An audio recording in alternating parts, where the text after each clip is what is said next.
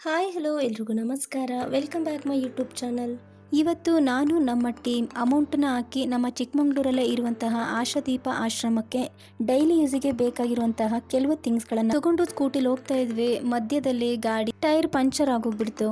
ಆಮೇಲೆ ಪೇಂಟ್ ಕೆಲಸನ ಮುಗಿಸ್ಕೊಂಡು ಹೋಗ್ತಿದ್ದಂತಹ ಒಬ್ಬ ಅಣ್ಣ ಹೆಲ್ಪ್ ಮಾಡಿದ್ರು. ಆದರೂ ಗಾಡಿ ಮಾತ್ರ ಮುಂದೆ ಹೋಗ್ತಿರ್ಲಿಲ್ಲ.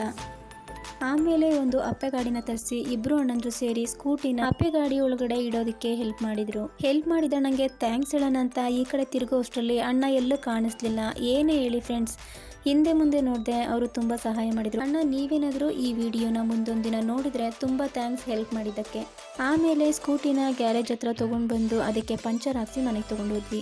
ಮತ್ತೆ ಹೆಲ್ಪ್ ಮಾಡಿದಂತಹ ಎಲ್ಲ ಅಣ್ಣ ತಮ್ಮಂದ್ರಿಗೂ ಥ್ಯಾಂಕ್ ಯು ಸೋ ಮಚ್. ಆಮೇಲೆ ಮಾರನೇ ದಿನ ಆಶ್ರಮದ ಮಕ್ಕಳಿಗೆ ಹೋಟೆಲ್ ಫುಡ್ ಕೊಡಬಾರ್ದು, ಅದು ಹೆಲ್ದಿ ಅಲ್ಲ ಅನ್ನೋ ಕಾರಣಕ್ಕೆ ಮಾರ್ಕೆಟಿಗೆ ಹೋಗಿ ತರಕಾರಿನ ತೊಗೊಂಡ್ಬಂದು ಬಿಸಿ ಬಿಸಿ ಪಲಾವ್ ಹಾಗೂ ಪಾಯಸನ ಮನೆಯಲ್ಲೇ ರೆಡಿ ಮಾಡ್ಕೊಂಡ್ವಿ. ಇಷ್ಟು ಥಿಂಗ್ಸ್ಗಳನ್ನು ನಾವು ಆಶ್ರಮದ ಮಕ್ಕಳಿಗಾಗಿ ತೊಗೊಂಡಿದ್ದೀವಿ.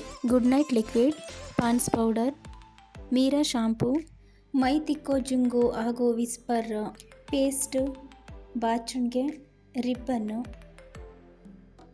ಹಾಗೂ ಬ್ರಷು, ಕ್ಲಿಪ್ಪು, ಸೂರ್ಯ ಕೊಬ್ಬರಿ ಎಣ್ಣೆ, ವಿಲ್ ಸೋಪು, ಟೈಡ್ ಪೌಡರು, ವ್ಯಾಸ್ಲಿನ್, 2 ತರಹದ ಬಿಸ್ಕೆಟ್, ಚಾಕ್ಲೇಟ್ಸು, ಸ್ವೀಟು ಹಾಗೂ ಬುಲೆಟ್ ರೈಸ್ ಬ್ಯಾಗ್.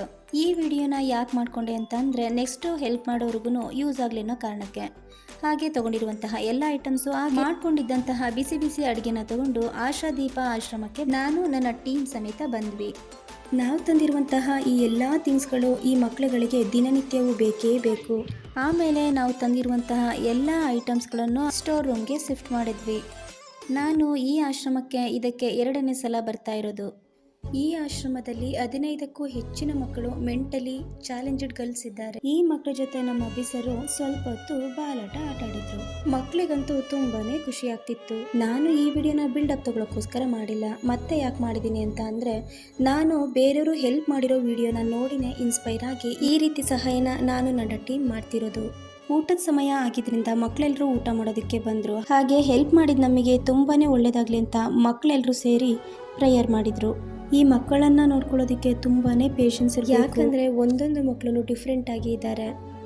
ಕೆಲವೊಬ್ಬರಿಗೆ ನಿಧಾನವಾಗಿ ಹೇಳಬೇಕು, ಇನ್ನು ಕೆಲವೊಬ್ಬರಿಗೆ ತುತ್ತನ್ನ ತಿನ್ನಿಸ್ಬೇಕು, ಸಮಾಧಾನ ಮಾಡಬೇಕು. ಯಾಕಂದರೆ ಮಕ್ಕಳುಗಳಿಗೆ ಏನೂ ಗೊತ್ತಾಗೋದಿಲ್ಲ, ಅಳ್ತಾರೆ, ಕಿರ್ಚ್ತಾರೆ, ಕೂಗ್ತಾರೆ.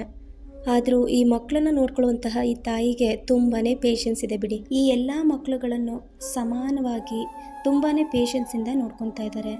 ಇವರಿಗಿರುವಂತಹ ಪೇಷನ್ಸ್ನ ನೋಡಿ ಮೊದಲು ನಾವು ಪೇಷನ್ಸ್ನ ಕಲ್ತ್ವಿ. ಏನೇ ಹೇಳಿ ಇವ್ರು ಮಾಡ್ತಿರುವಂತಹ ಕೆಲಸ ಸಾಮಾನ್ಯವಾದಲ್ಲ. ಯಾಕಂದರೆ ನಮ್ಮೆಲ್ಲರ ಮನೆಗಳಲ್ಲಿ ಇರುವಂತಹ 1-2 ಮಕ್ಕಳನ್ನ ನೋಡ್ಕೊಳ್ಳೋದಕ್ಕೆ ಎಷ್ಟು ಕಷ್ಟ ಆಗುತ್ತೆ, ಏನು ಬೇಕು ಏನು ಬೇಡ ಎಲ್ಲರಿಗೂ ಗೊತ್ತು. ಆದರೆ ಈ ಮಕ್ಕಳುಗಳಿಗೆ ಡೈಲಿ ಸ್ನಾನ ಮಾಡೋದಕ್ಕೆ ಬಿಸಿ ನೀರಿನ ತೊಂದರೆ ಇದೆ.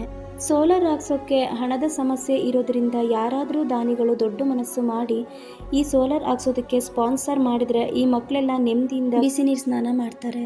ಏನೇ ಹೇಳಿ ಇಂಥವರಿಗೆ ಸಹಾಯ ಮಾಡೋದ್ರಲ್ಲಿ ಸಿಗೋ ಖುಷಿನೇ ಬೇರೆ, ತೃಪ್ತಿನೇ ಬೇರೆ. ಈ ಫೀಲ್ ತುಂಬಾ ಚೆನ್ನಾಗಿ ಅನಿಸುತ್ತೆ.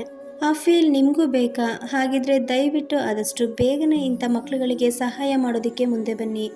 ಆಶ್ರಮಕ್ಕೋಸ್ಕರ ಈ ಎಲ್ಲ ಮಕ್ಕಳಿಗೋಸ್ಕರ ಒಳ್ಳೇದಾಗಲಿ ಅಂತ ನಾನು ನಮ್ಮ ಟೀಮ್ ದೇವರಲ್ಲಿ ಪ್ರೇಯರ್ ಮಾಡಿದ್ವಿ. ನೀವು ಈ ಮಕ್ಕಳುಗಳಿಗೆ ಎಷ್ಟು ಸಹಾಯ ಮಾಡ್ತೀವೋ ಅಷ್ಟು ಚೆನ್ನಾಗಿರ್ತಾರೆ. ನಿಮ್ಮ ಕೈಲಿ ಏನು ಸಹಾಯ ಮಾಡೋಕ್ಕಾಗುತ್ತೋ ಅದನ್ನೇ ಮಾಡಿ. ಇಂಥದ್ದೇ ಆಗಬೇಕು ಅಂತ ಏನು ರೂಲ್ಸ್ ಇಲ್ಲ. ಈ ಬೋರ್ಡಲ್ಲಿ ಇರುವಂತಹ ನಂಬರ್ಗಳು ಇವಾಗ ಚಾಲ್ತಿಯಲ್ಲಿ ಇಲ್ಲ. ಆದ್ದರಿಂದ ಸ್ಕ್ರೀನ್ ಮೇಲೆ ಕಾಣ್ತಿರುವಂತಹ ನಂಬರ್ಗೆ ಕಾಂಟ್ಯಾಕ್ಟ್ ಮಾಡಿ. ಎಲ್ರಿಗೋಸ್ಕರ ಪ್ರೇಯರ್ ಮಾಡಿ. ನಾವೆಲ್ಲರೂ ಅಲ್ಲಿಂದ ಹೊರಟ್ವಿ. ನನ್ನ ಯೂಟ್ಯೂಬ್ ಚಾನಲ್ನ ಎಲ್ಲರೂ ಸಬ್ಸ್ಕ್ರೈಬ್ ಮಾಡಿ, ಸಪೋರ್ಟ್ ಮಾಡಿ.